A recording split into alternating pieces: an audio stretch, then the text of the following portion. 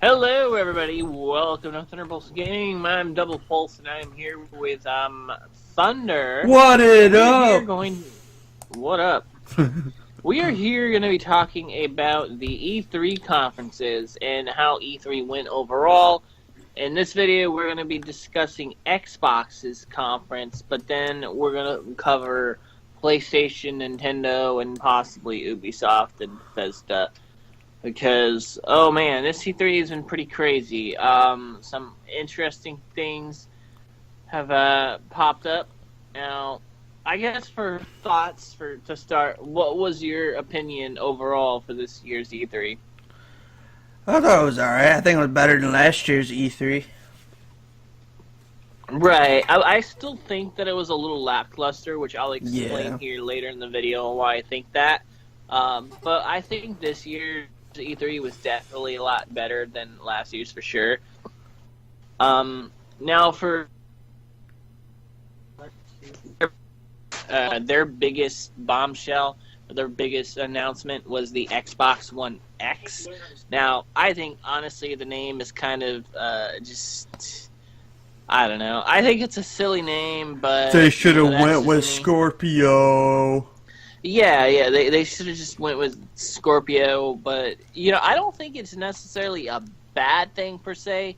I just think that with the Xbox, it could get people kind of a little confused. Like, now there's, 3 Xboxes. Right. There is, Xbox One, Xbox One S, and one Xbox One X. Could you just imagine there's some kid, asks his dad to buy an Xbox One X, and he thinks it's a freaking the S version. It's like, oh no. So it's the wrong console, Dad. Take it back. Can't. Santa got it for you. Oh. Yeah. Santa totally screwed up. But basically, the Xbox One X capable of running 4K.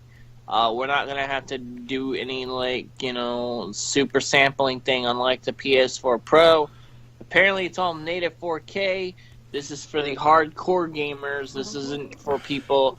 I would say the one thing that I will say that I love about this particular conference, well, the conference not so much, but what was after the fact, Phil Spencer pretty much said on a GameSpot interview that this console is meant for the hardcore audience and that he wants to give everybody choice, meaning he is perfectly happy if you do not buy a Xbox One X, and he's giving people as much choice as they possibly can have. And choice obviously comes more into into play as well, with one of the announcements was made at the end of the conference, which is another big one that I will be discussing here. But I want to give the torch to Thunder a bit and let him tell me some of the games from this conference that he enjoyed most and what he is expecting and what he wants to play. But I probably won't get an Xbox, but I can dream, right? The first game that caught my eye was the PlayerUnknown's Battlegrounds. H1Z1 clone, right? H1Z1 clone. Probably actually better than H1Z1. Yeah. That's honestly a game that's pretty cool. And I think, let me just clarify this, because I think a lot of people, when they were watching the conference first time, were confused by this as well as myself. There is kind of this difference. So, when they were releasing the games, you would always hear that thing, this is world premiere, console exclusive. And basically, the 3 terms that they used is world premiere, console launch exclusive, and shoot, I don't remember the other one, but basically what it is that world premiere means it's the first time the game's been out. Launch or console or launch exclusive possibly means that it's timed exclusive, and then if it said exclusive to Xbox One and Windows 10, then it meant that it was just exclusive to those platforms. So, do you think that PlayerUnknown Battleground may come to the PS4? It might. It might, but not for a long while. Yeah, probably not for a long while.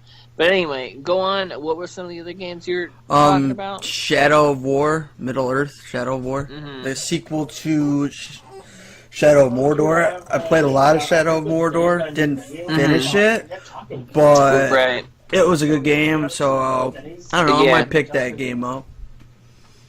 All right, well that's cool. Then there was Anthem. Then there was a game called Ashen and Assassin's Creed Origins, which, you know, Assassin's Creed Origins is going to be on all consoles. It's not really an exclusive, but that was just a world premiere. Crackdown 3 with Terry Crews as the Commander Jackson. I mean, I like Terry Crews. I think Terry Crews is an amazing comedian and actor to his roles. But, you know, it's interesting how he's going to be in Crackdown 3. Darwin Project was another game. I don't know. Have you watched much of the Darwin Project? No, not really. It's like a survival experience, I guess. I don't know how to describe it. So I was just kind of looking at the thing where that's like what it says. Yeah. Third-person survival experience, and it's also competitive too. Yeah, and it takes place in a dystopian post-apocalyptic landscape, but there's no zombies or anything. But it's like a preparation for an impending ice age. Oh man! So it's going to be interesting because it seems like it's going to be a console launch exclusive, meaning it may end up releasing on the PS4 at some point. But it's like a battle royale kind of style game, but not quite. You know what I mean? Yeah, I know what you mean. But yeah, some of the other titles that they've also kind of show were Dragon Ball Fighter Z. Not so much of a fighting game person myself. Same. Now, the one that I'm one of the few that I'm mostly excited about, which I know you haven't, that if it's something that you're going to need to either watch or play, it's Life is Strange Before the Storm. I thought that was pretty cool because, I don't know, have you heard much of the Life is Strange or play? I've heard of it. I've heard of it, just never watched gameplay or played it for myself. Alright. But yeah, basically Life is Strange is going to be a prequel to the first one, the Before the Storm. But yeah, just a whole bunch of other games that they've announced. Minecraft, whoopie-doo, 4K. 4K resolution Minecraft, oh my god, mind blown. I guess that and the ability to so-called play with other people through the Nintendo Switch, and they're going to bring the cross-platform, which that's pretty awesome. I hope Sony gets on board with that shit, but knowing their situation, I don't think they will.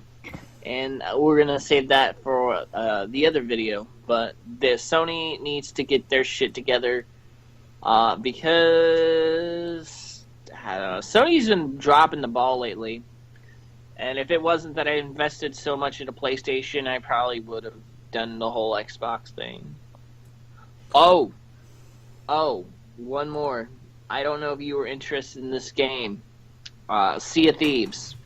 Sea of Thieves. Ain't that a pirate game? Yes. So, Sea of Thieves, I don't know if you remember seeing gameplay of it. I've seen on the pirate ship. Yeah, I've seen.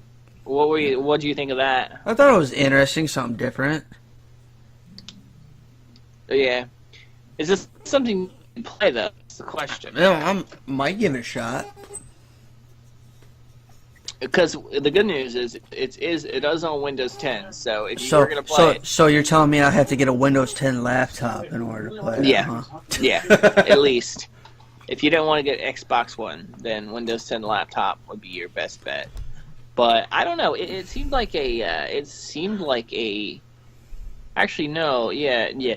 So Sea of Thieves seemed like it was kind of interesting, but then again, I will say that the gameplay personally did not show me enough to be too enticing on actually getting into it.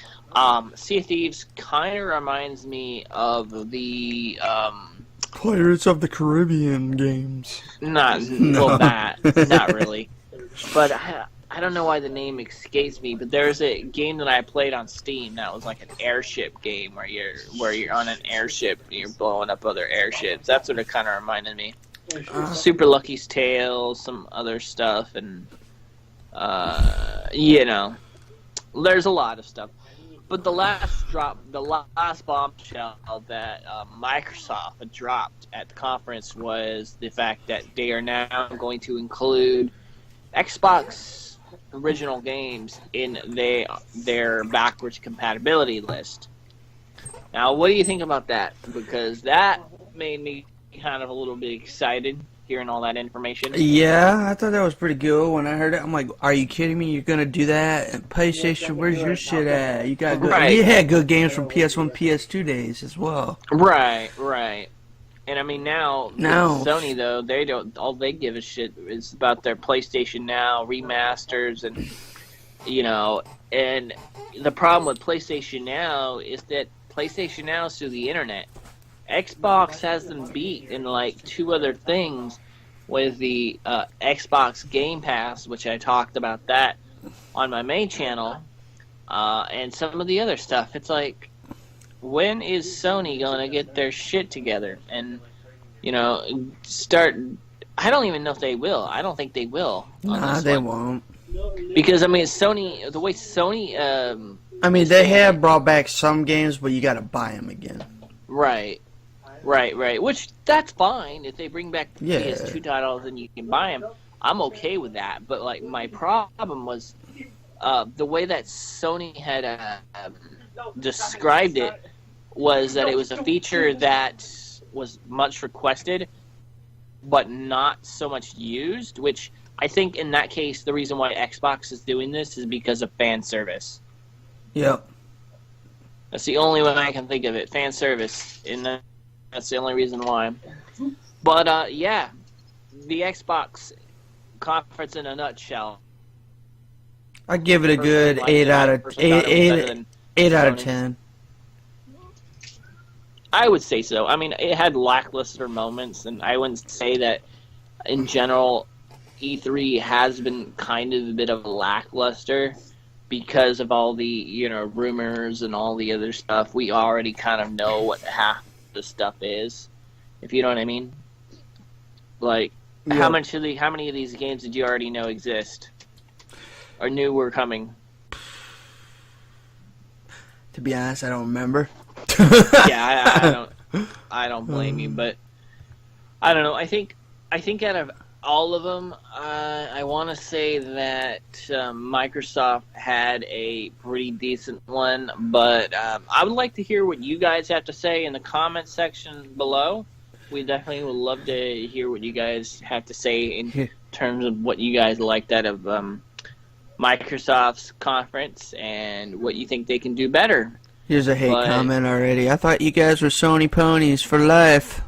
Right, that's what we're going to get. Anyway, do you have any last words for this video? I'm good. Alright, well then, as always, we're going to close this video off. If you guys enjoyed it, leave your comment, like button, hit the bell notification, all that new shit that people in the YouTube community want you to do. And as always, TPG out, and goodbye. Later. Where's my mouse? Oh, there it is.